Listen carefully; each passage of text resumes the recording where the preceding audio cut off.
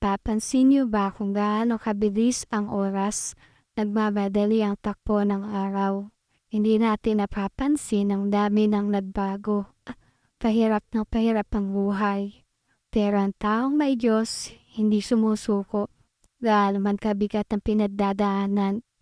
Dahil alam niya sa kanyang sarili na maipapadala ang Diyos na kasangkapan upang sagipin siya sa anumang sitwasyon na kanyang pinagdadaanan. Alam niyo ba na maswerte pa rin tayo kung meron tayong kinakain sa araw-araw at umiinom ng malinis na tubig, nakakatulog sa tamang oras. Ito'y napakalaking biyaya sa atin ng Diyos sapagkat ang taong hindi marunong makontento kung ano ang meron siya ay nauwi sa pagkagahaman. Sa bandang huli ay siya ang lugi sapagkat hindi ito ang tunay nating patutunguhan. May nakalaan ng Diyos sa atin na buhay na walang kamatayan at buhay na perpekto. Kaya wag natin sayangin ang ating panahon sa pagkagawa ng masama. Hindi baling mahirap lang kung kasama mo ang Diyos sa iyong buhay, sapagkat nakakatiyak tayo na bibigyan tayo ng kapayapaan kung siya ang ating binibigyang halaga.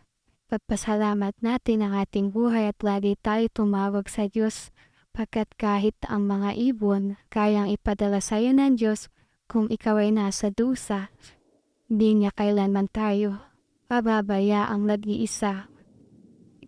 Kung ang ginagawang sandata ay ang pagdalangin sa Kanya, gagamit ang Diyos ng mga kasangkapan, hahanguin tayo sa pagdurusa. Sa mabilis sa pagtakbo ng panahon, ang ating pagsikapan ay ang paggawa ng mabuti, pagmamahal sa kapaligiran at paghahangad na makagawa ng mabuti sa lahat ng nilikha ng Diyos. Pagtatanim ng mga puno at paglilinis sa kapaligiran, lahat ng nilikha ng Diyos sa mundo ito ay mahalaga.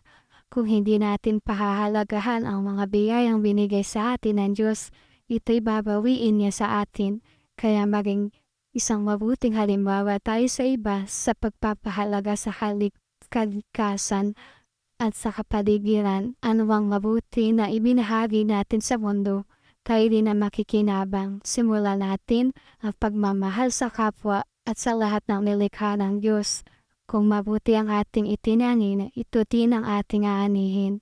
Kung masama ang ating itinanim, masama din ang babalik sa atin.